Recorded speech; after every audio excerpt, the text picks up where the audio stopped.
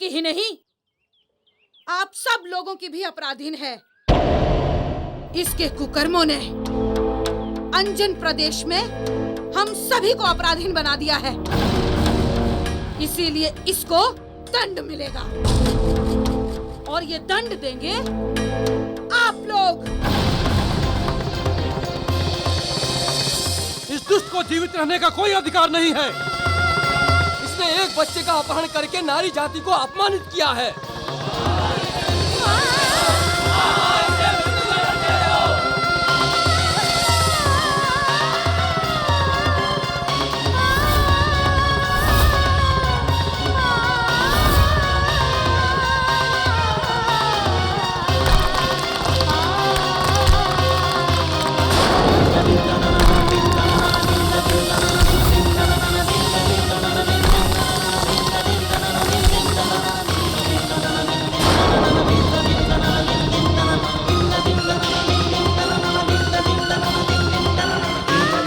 प्रभु श्री राम, लगता है अब मुझे इस जीवन में आपके दर्शन नहीं हो पाएंगे।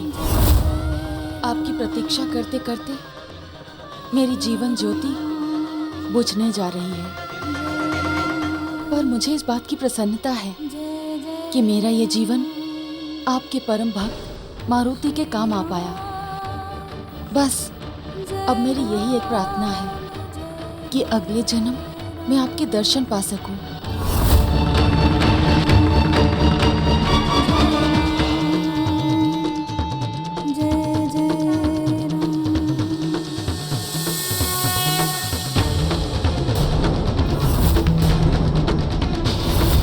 ये क्या हंगामा मचा हुआ है? लगता है किसी को प्रताड़ित किया जा रहा है।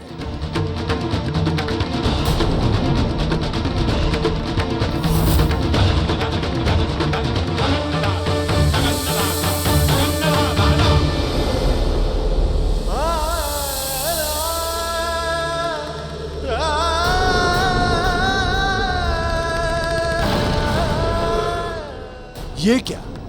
ये तो तपस्विनी शबरी है। रुक जाओ, रुको, मैं कहता हूं रुक जाओ, रुको तुम लोग। ये क्या हाल बना दिया है लोगों ने तुम्हारा?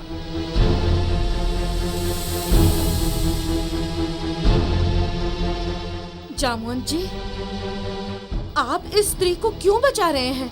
बस बहुत हो गया। आप लोग क्या अनर्थ कर रहे हैं मालूम भी है? कुंद्रा, तुम्हें आभास भी है कि क्या भूल कर रही हो तुम? जामुन जी, ये अपराधिनी है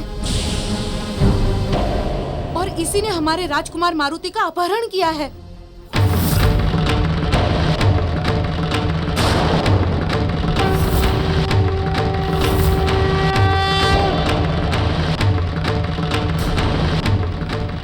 नहीं, नहीं, नहीं, कुंद्रा, अवश्य ही तुमसे बहुत बड़ी भूल हुई है। ये तो सन्यासिनी शबरी है, जो महर्षि मतंग की शिष्या है। वही महर्षि मतंग जिनके आशीर्वाद से मारुति का जन्म हुआ था।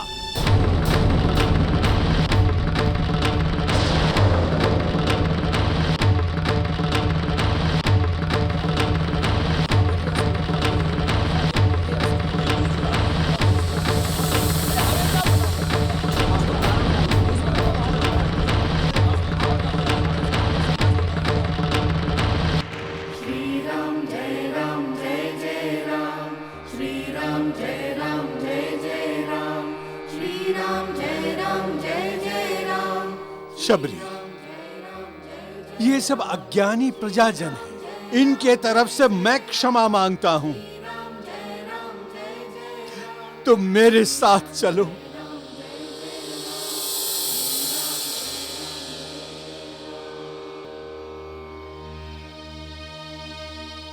किंतु जामुन जी, मारुति के बारे में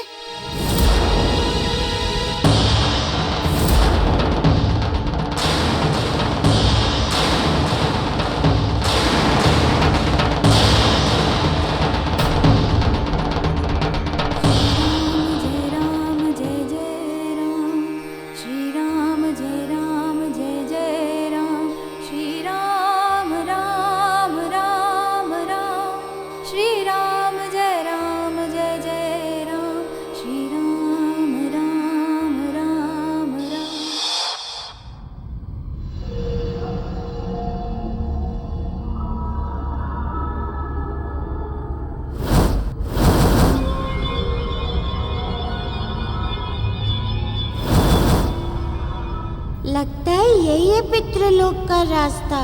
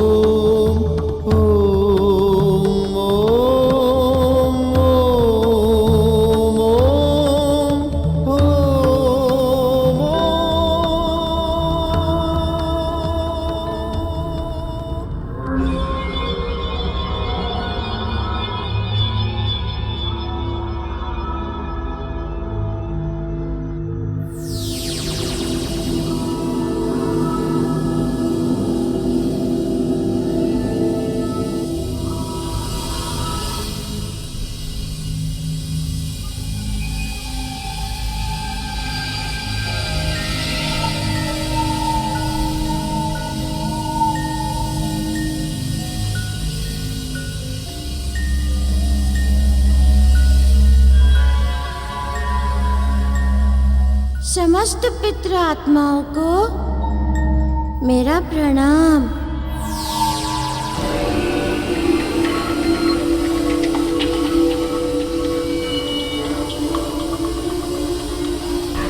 हे पितृ आत्माओं, मेरी माँ अंजना के मुख से अनजाने में हाय निकली थी, जो किष्किंधा की महारानी तारा के लिए अभिशाप बन गई और वो संतानहीन रह गई। अब आप सबसे प्रार्थना है कि यदि उनकी वो संतान यहाँ निवास कर रही है तो कृपया मेरी तारा मौसी को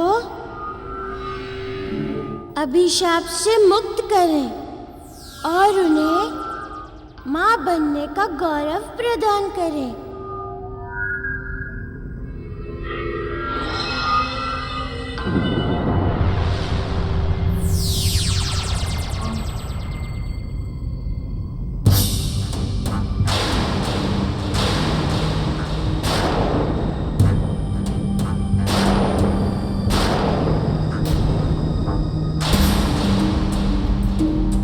ये सारी पितृ आत्माएं कहाँ लुप्त हो गई? अब मैं क्या करूं?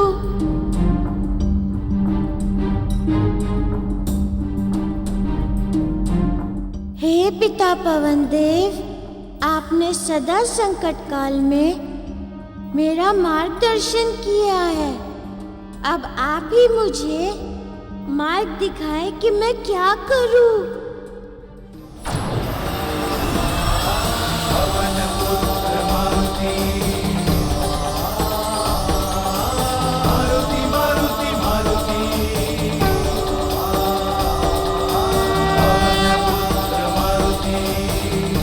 मारुति, हमें ज्ञात है तुम्हारे साथ क्या हुआ है पुत्र। पितृलोक के स्वामी आर्यमा हैं। तुम उनकी प्रार्थना करो, वे अवश्य तुम्हारी सहायता करेंगे। पिताजी, आपने मेरा मार्गदर्शन किया, आपको कोटि कोटि नमन।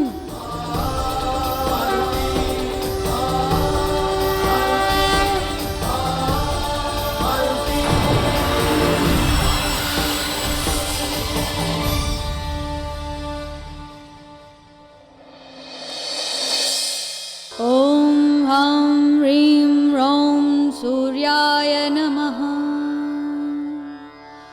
ॐ ह्रां ह्रीं ह्रौं सूर्याय नमः। ॐ सूर्यार्याः शुकतुण्डस्य विसवितुश्चण्डरुचये पुण्डकरीकवनबन्धो। ये तो अनर्थ हो गया। इतनी बड़ी भूल कैसे हो गई हमसे?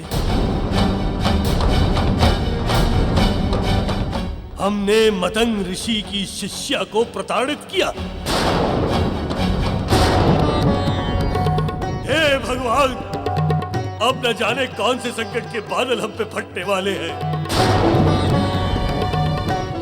भैया, हमसे घोर अपराध हो गया है। इससे पहले कि और विलंब हो, हमें उस स्त्री से क्षमा मांग लेनी चाहिए।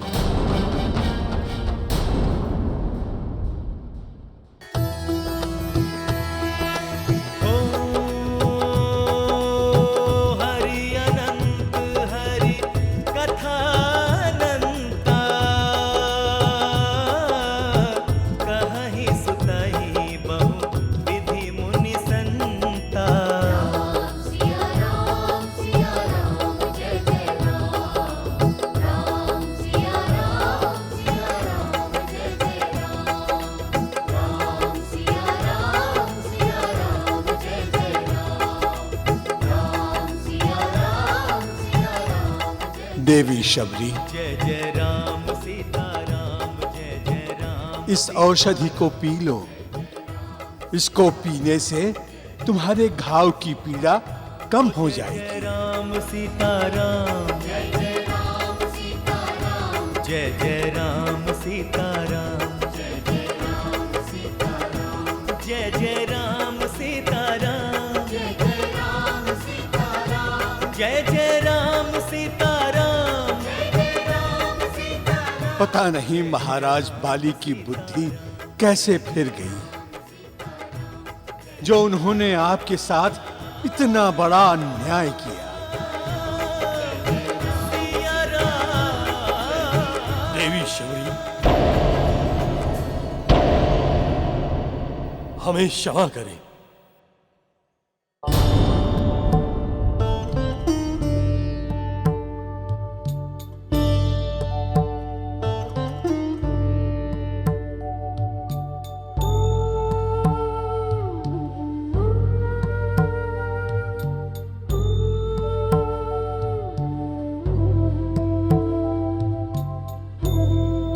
हमें क्षमा करें देवी, हमसे बहुत बड़ा अपराध हुआ है। हम नहीं जानते थे कि आप कौन हैं।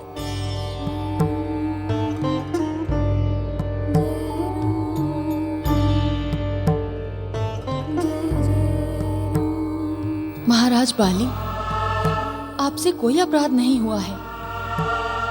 आपके स्थान पर कोई और होता तो वो भी यही करता। मारुति के प्रति आपके प्रेम ने आपसे ये करवाया।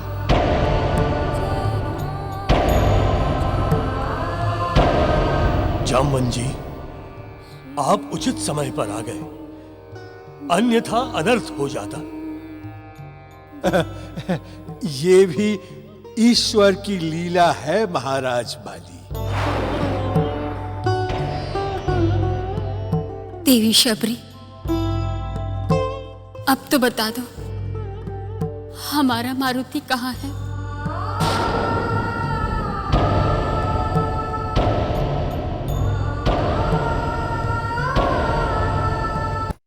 देवी शबरी, अब तो बता दो, हमारा मारुति कहाँ है? हम जानते तो हैं कि मारुति कहाँ है, किंतु आपको बता नहीं सकते कि वो कहाँ गए हैं और क्यों गए हैं।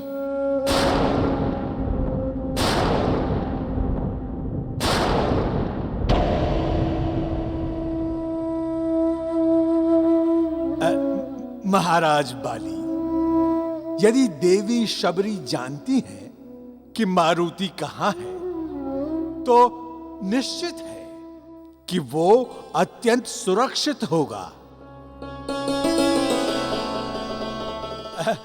आप तो जानते ही हैं महाराज बाली कि मारुति कोई साधारण बालक नहीं है।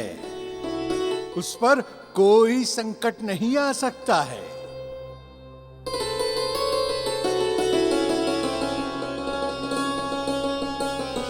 देवी शबरी, हमारी आपसे विनती है कि आप हमारे राजमहल में चलें।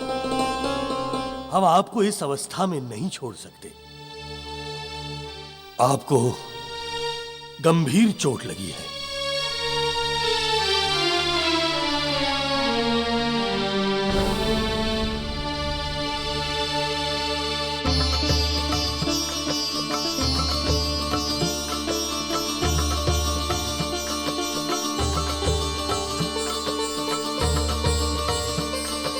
प्रभु, लगता है आप कोई बहुत बड़ी लीला करने गए हैं।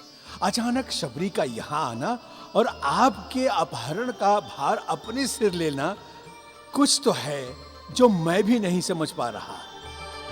ॐ सूर्यार्याः शुकतुण्डस्य विसवितुश्चण्डरुचये कुण्डकरीकवनबन्धो मण्डलमुदितं वन्दे कुण्डलमाखण्डलाशाय।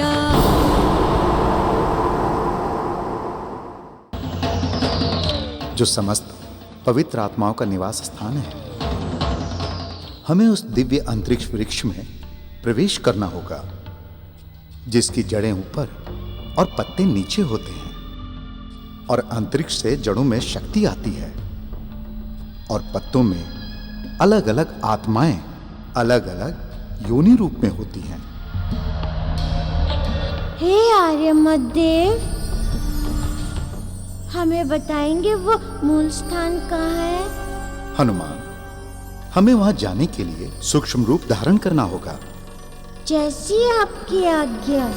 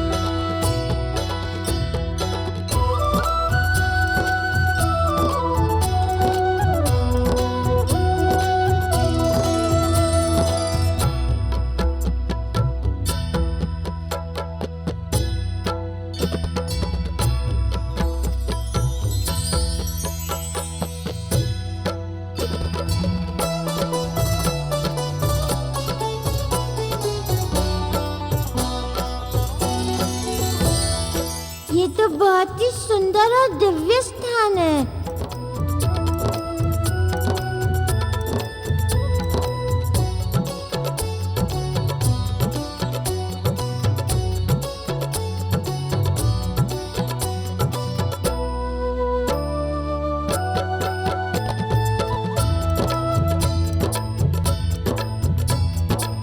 मारुति, यह है वो पवित्र सिद्धात्मा।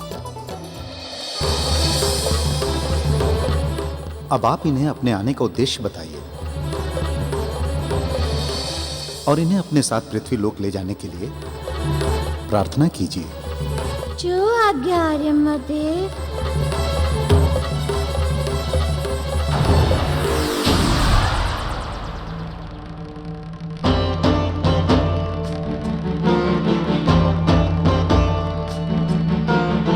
हे पितृ आत्मा, आपको तो ज्ञात है कि मेरी तारा मौसी अभिशापित हो गई थी, जिसके कारण आपका जन्म नहीं हो सका था। उस घटना के कारण मेरे माता पिता और तारा मौसी का परिवार दुख के सागर में डूब गए हैं।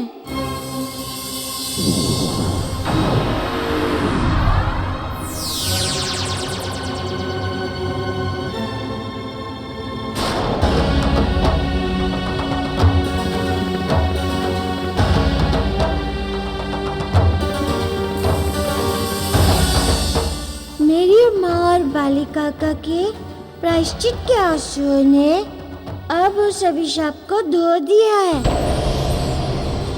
मेरी आपसे विनती है कि आप मेरे साथ पृथ्वी लोक चलकर मेरी तारा मौसी के पुत्र के रूप में जन्म लें और हम सब के दुखों को दूर करें। मारुति, आप तो स्वयं रुद्र के अवतार हैं।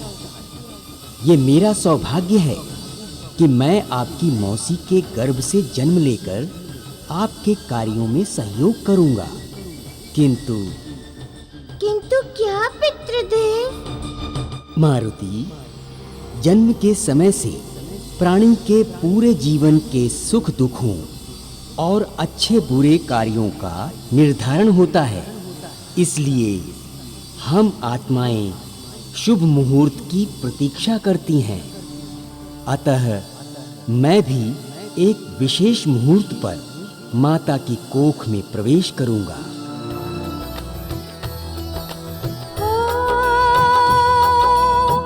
पवित्र आत्मा ने मारुति को बताया, मैं शुभ मुहूर्त में आऊंगा।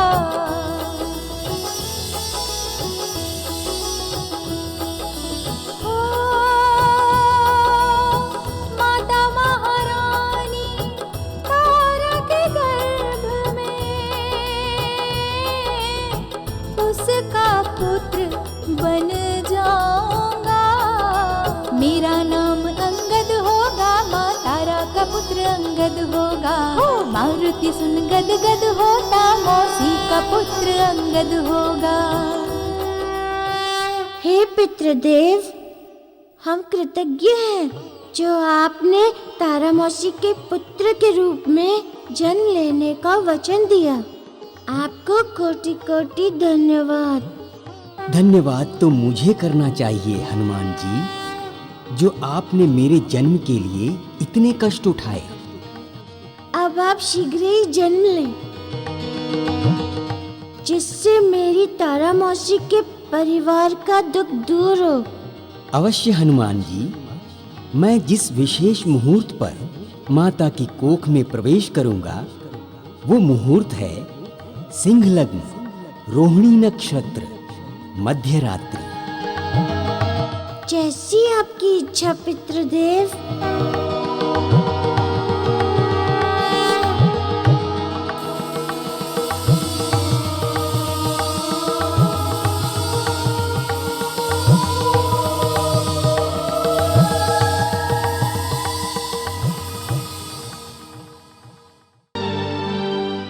देखिए ना जामवन जी, मतंग ऋषि हमसे पहले से ही रुष्ट थे, और अब जब उन्हें अपनी शिष्या के बारे में पता चलेगा तो हमारा जीवन, जो अभी अंधकार से प्रकाश की ओर आ ही रहा था, फिर से उनके श्राप से अंधकार में हो जाएगा। और वैसे भी हमें अभी तक मारुति के बारे में कुछ पता नहीं चला है। हम अंधेरे में ही भटक रहे हैं कि वो कहाँ होगा, कैसे होगा, क्या कर रहा होगा वो। महाराज बाली, ये जो भी घटनाएं घटित हुई हैं, वो भूलवश हुई है। इसमें आपका क्या दोष? आपने तो वही किया है जो एक पिता अपने पुत्र के लिए ऐसी स्थिति में करता। देवी शबरी भी इस बात को स्वीकार करती हैं। किंतु जामवन जी, मुझे तो यह समझ में ही नहीं आ रहा है कि शबरी का मालिन की वेश में आना और फिर मारुति का एकाएक कहीं चले जाना और फिर हमारे द्वारा शबरी को प्रताड़ित करने के बाद भी शबरी का कोई उत्तर ना देना, ये सब क्या पहेली है?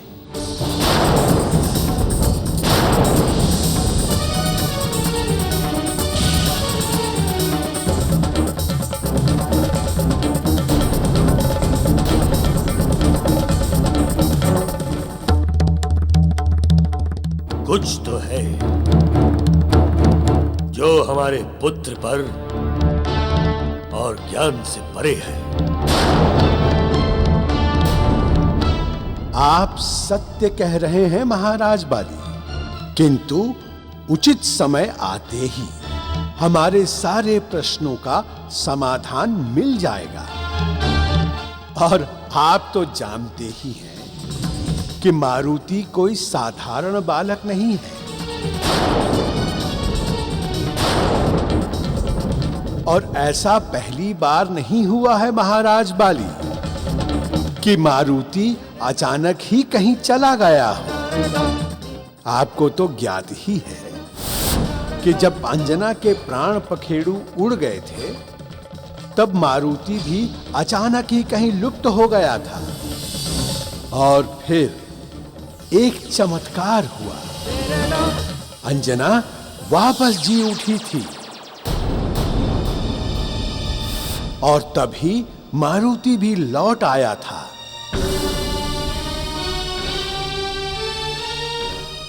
हो सकता है कि इस बार भी मारुति के लुप्त होने की घटना में आप लोगों का ही कोई न कोई कल्याण निहित हो।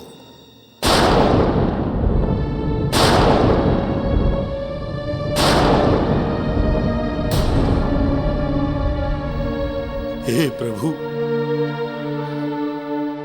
ऐसा ही हो। मारुति जहां भी हो कुशल से हो प्रभु, अन्यथा हम अपने आप को कभी क्षमा नहीं कर पाएंगे। प्रभु, पहली बार तो आपको मातृत्व सुख मिला है, वो भी एक नहीं 2 माताओं से। फिर आप कैसे अपनी माताओं को दुखी देख सकते हैं? उनका कष्ट मिटाने के लिए आप तीनों लोगों को एक कर देंगे। किंतु प्रभु, अब आप शीघ्र लौट आइए।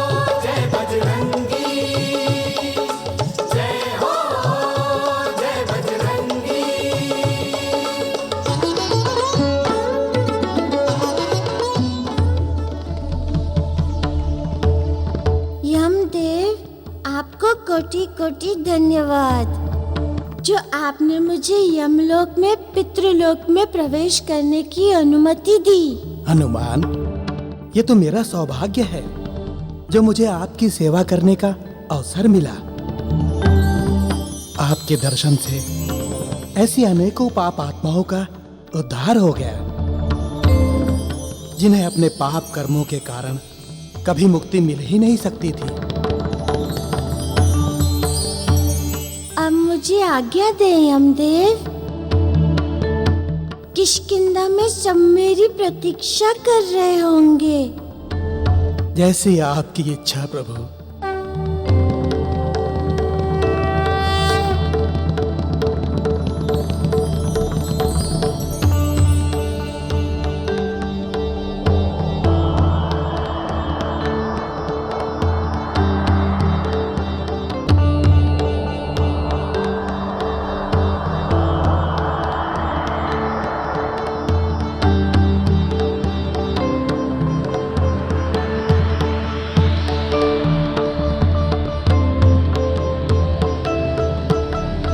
हनुमान जी, पृथ्वी पर जन्म लेने के बाद भी आप जैसा कोई महान योगी ही ये कार्य कर सकता है। पृथ्वी से देह सहित यहाँ आए, फिर आत्म रूप में सभी लोगों को पार किया और पितृलोक गए। आप धन्य हैं, आप धन्य हैं। हे महादेव के 11वें रुद्र अवतार हनुमान जी, आपको मेरा शत शत प्रणाम।